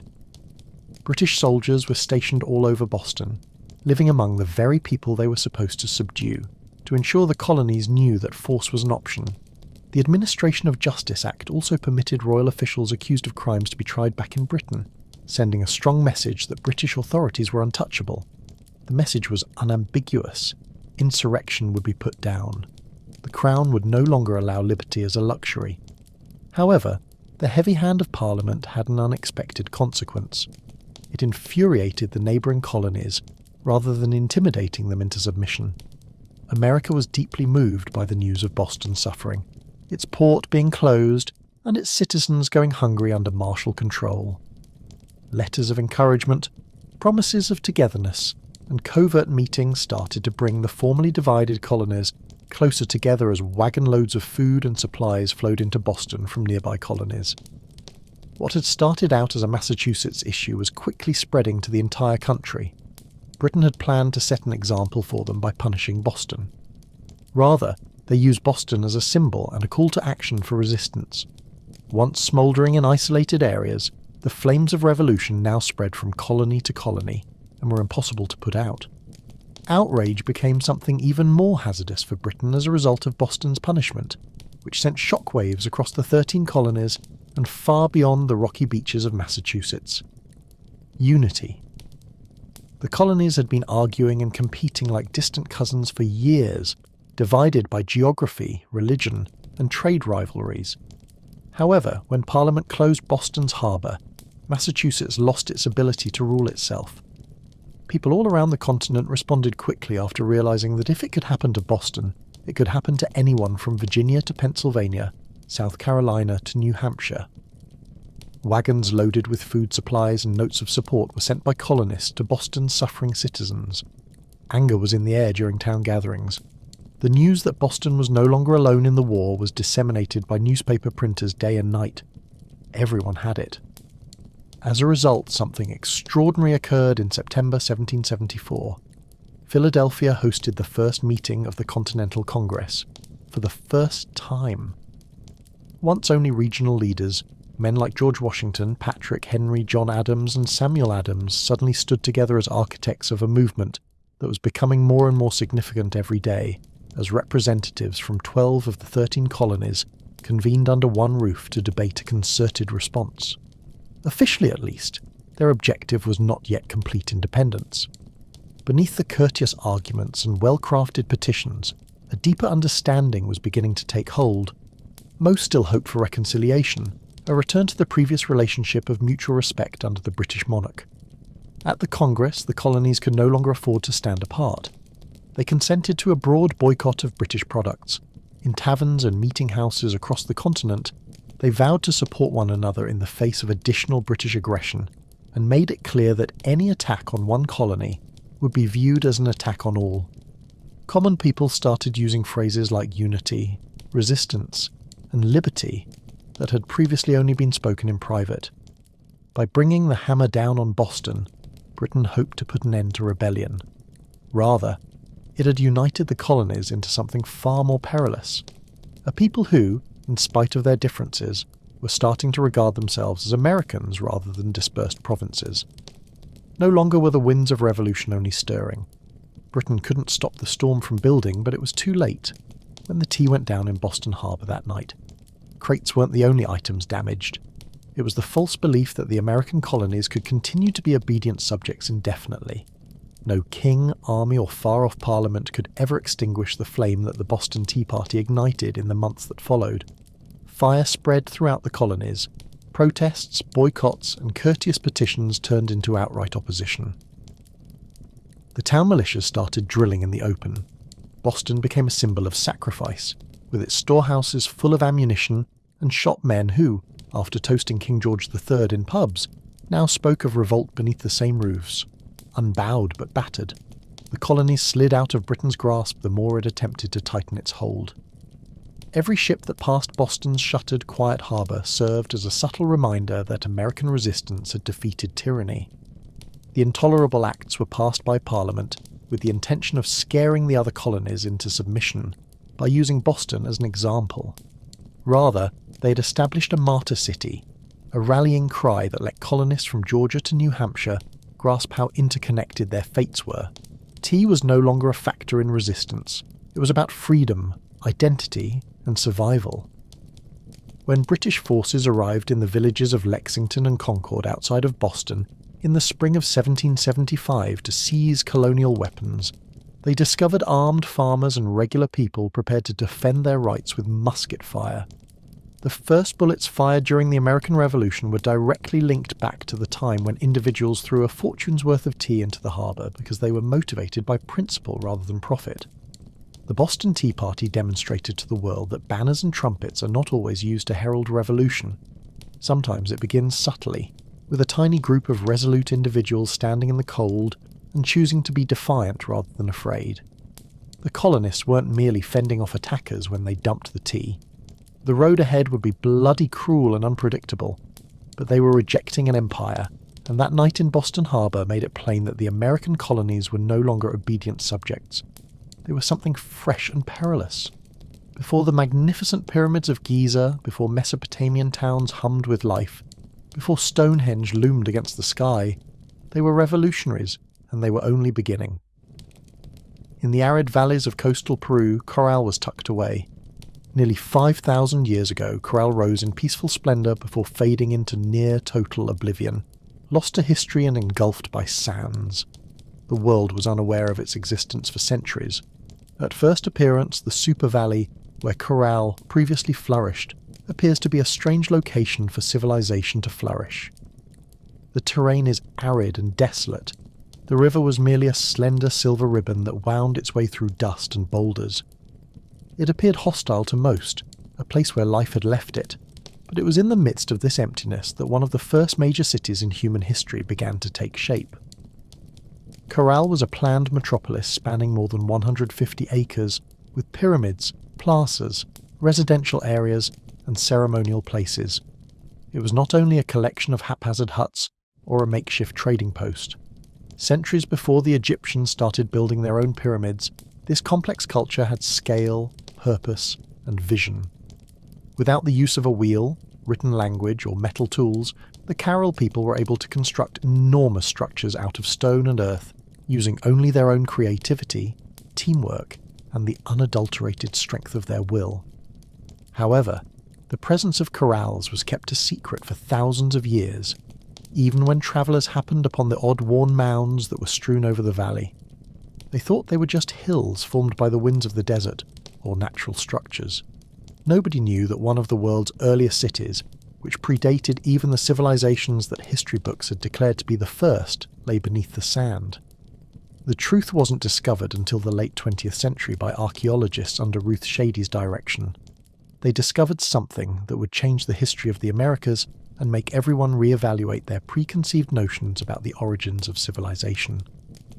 After millennia of silence, Corral's stones are speaking once more, whispering of a peaceful, intelligent people who created a world of complexity and wonder in a place where life itself seemed impossible. And this is just the beginning of their story. Corral had risen, flourished, and fallen in complete anonymity. The soupy valley at first look. It appears to be a place where living ought to be difficult. Long areas of stone and sand are swept by harsh winds. The terrain is baked into fractured, brittle sheets as the sun ruthlessly dries up the ground. There is a shortage of water. The river is a winding thread that is struggling to stay alive. It appears to the inexperienced eye to be a wasteland, empty, desolate, and neglected by the gods. However, the residents of Corral noticed a change. They saw no need to be afraid of a desert. They witnessed the shaping of a painting. Even though the river was small, they understood it to be the source of possibility.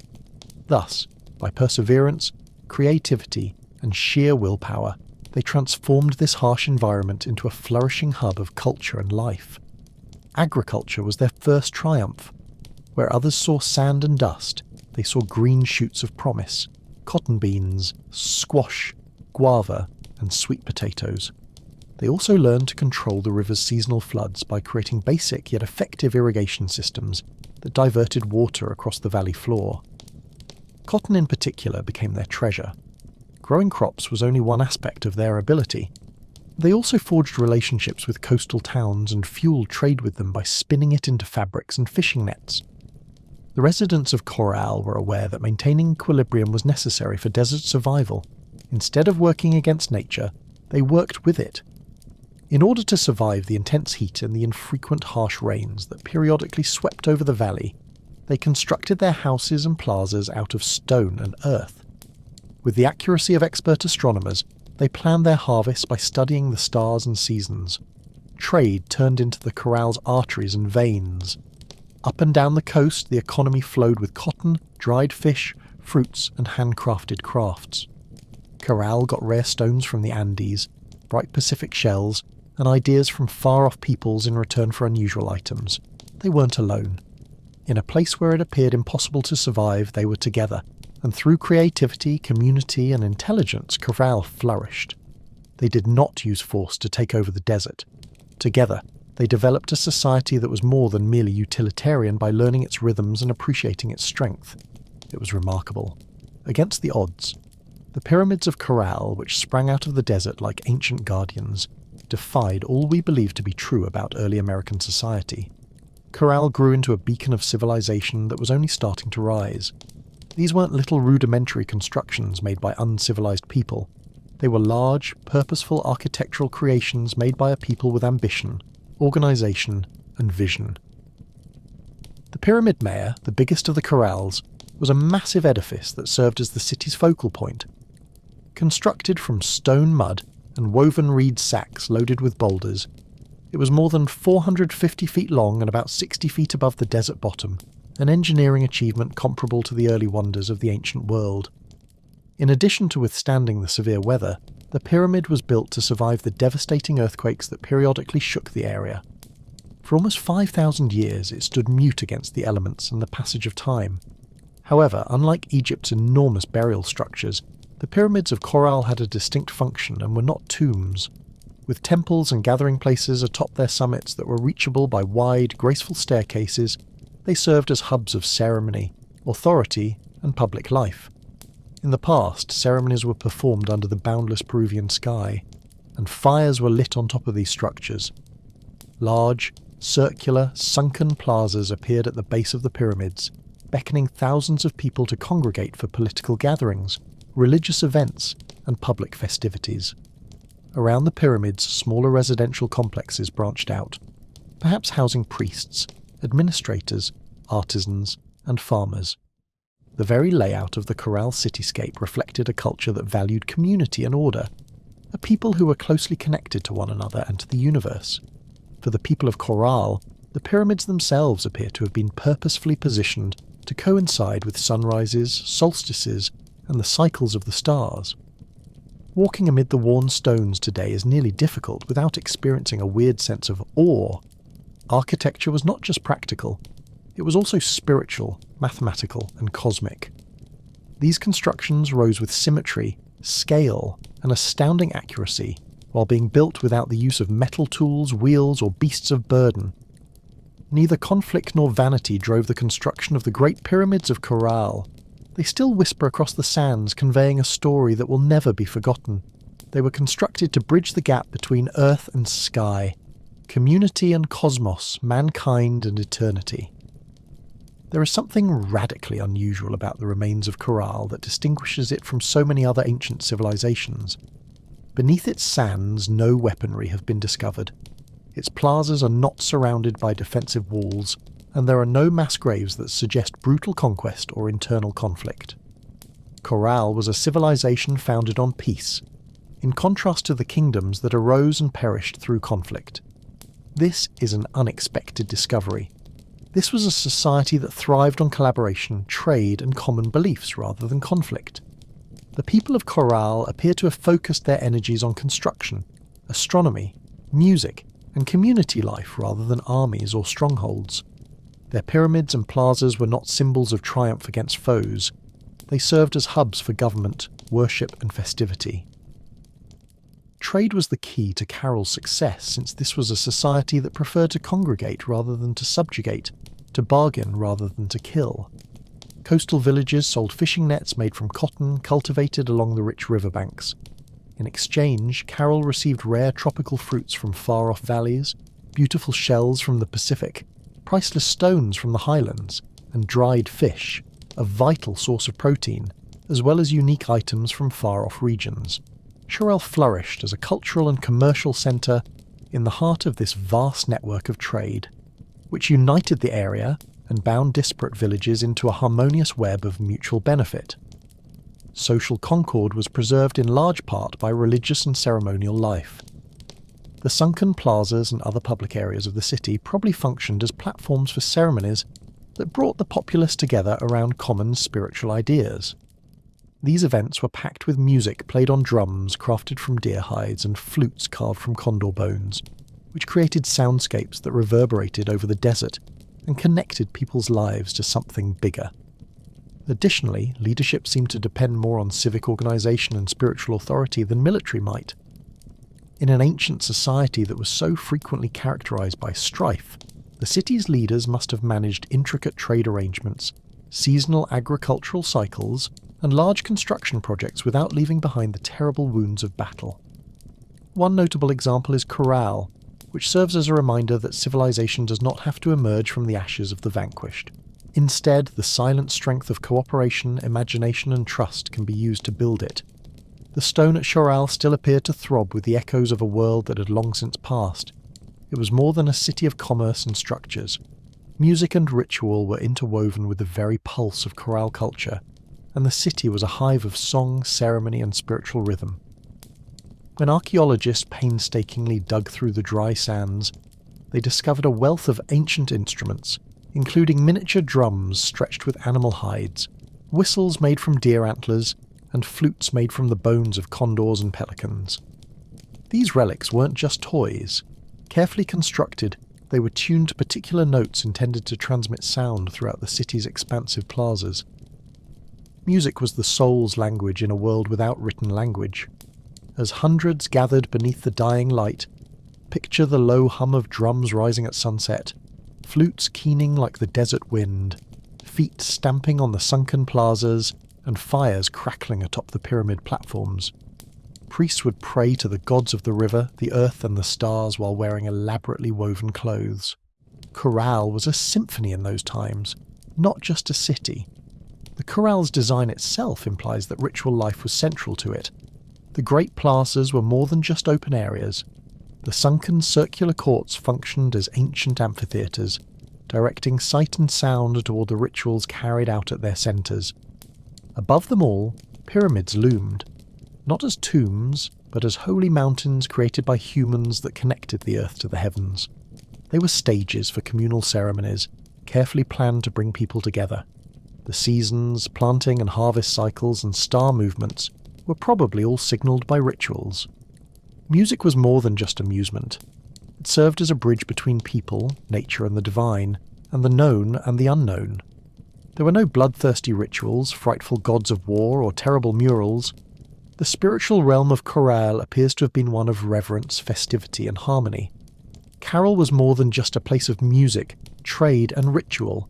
It was a feat of engineering and a testament to human ingenuity in one of the harshest landscapes on Earth.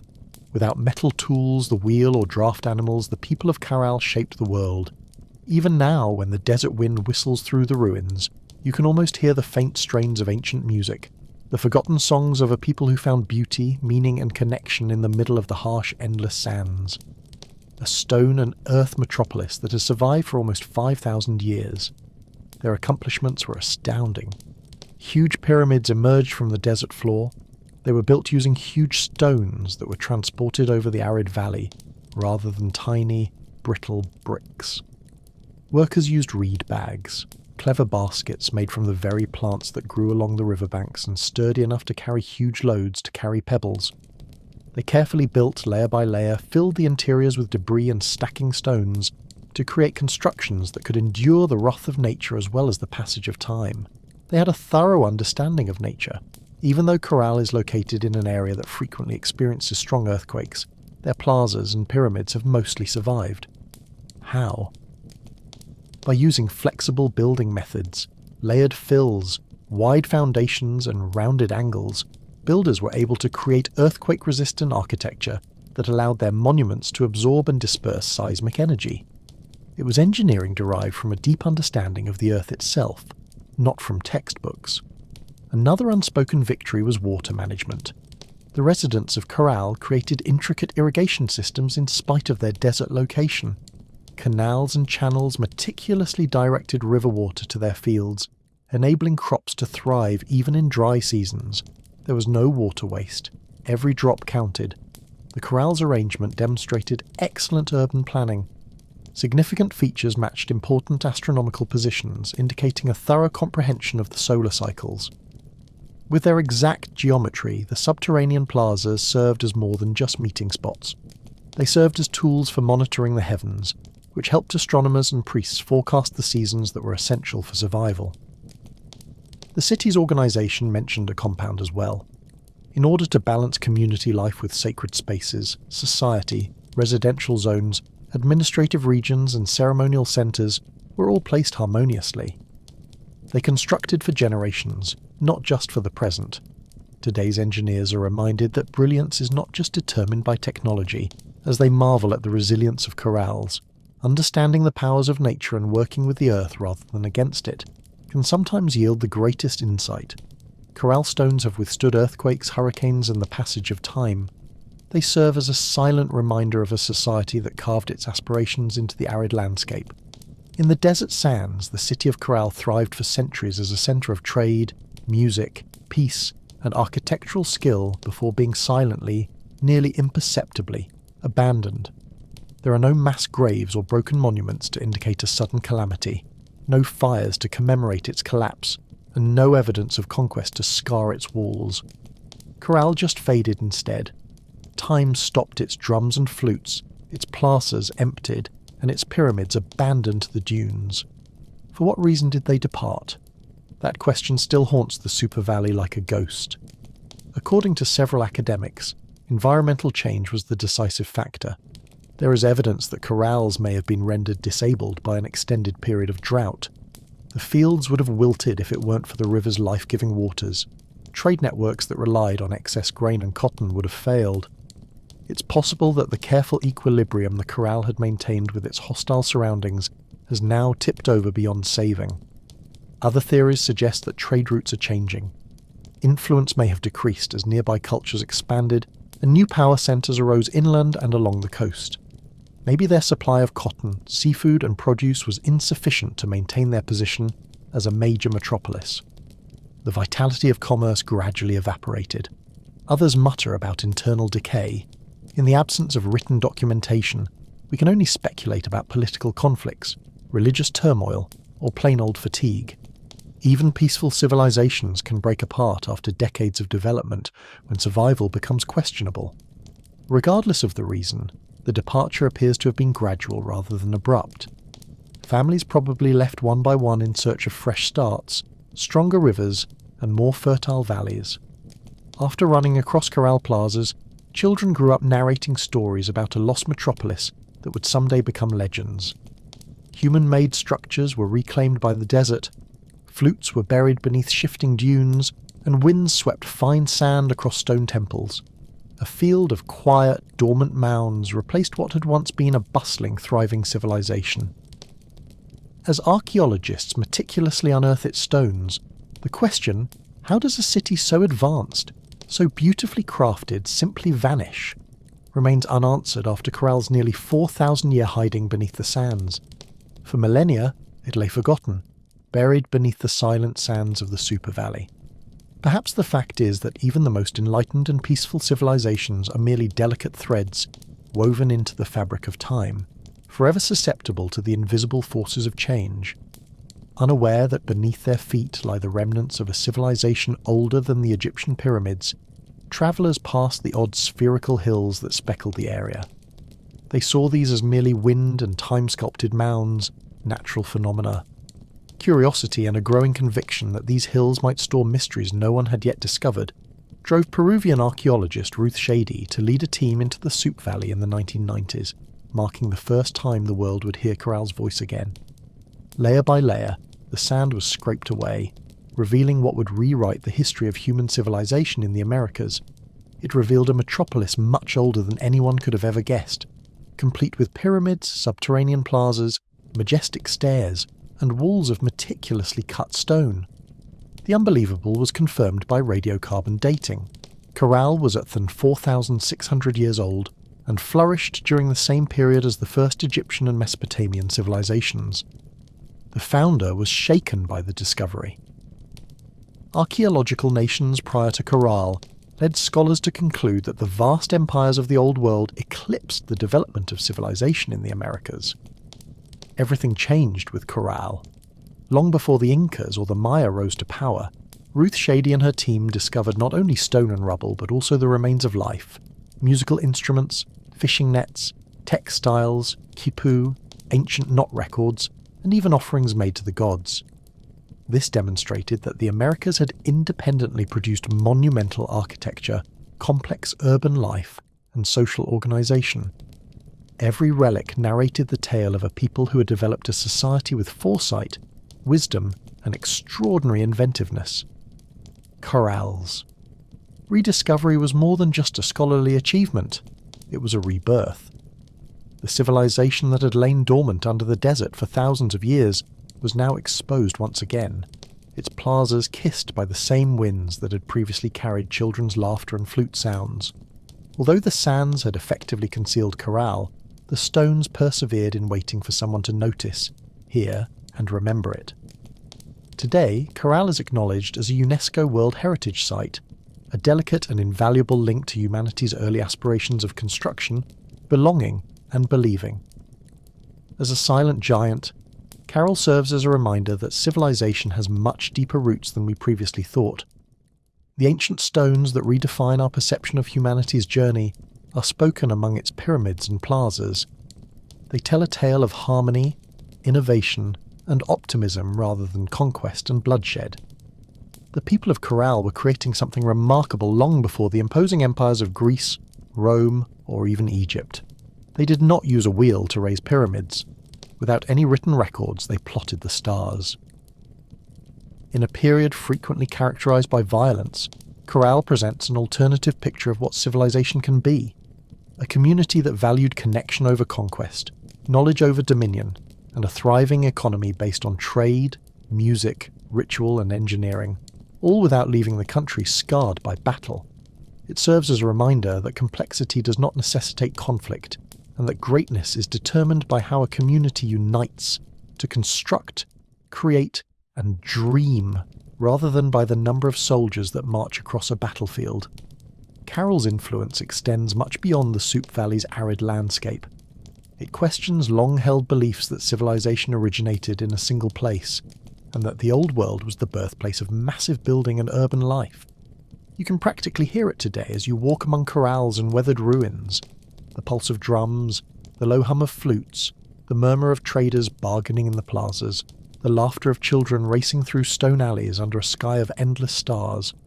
Because the human spirit of innovation and aspiration arose independently in many parts of the world, shaped by different hands, but driven by the same eternal desires to endure, to celebrate, and to reach toward the divine. Their lives, their dreams, and their stories are still with us, etched into the earth's bones. As a reminder that even in the most hostile deserts and beneath the heaviest sands, the seeds of wonder, wisdom, and peace can take root and create a world that aspires to the stars. Corral teaches us that even when civilizations fall, their spirit can endure sleeping under the sands, waiting to be remembered, waiting to inspire again in the vast timeline of human history.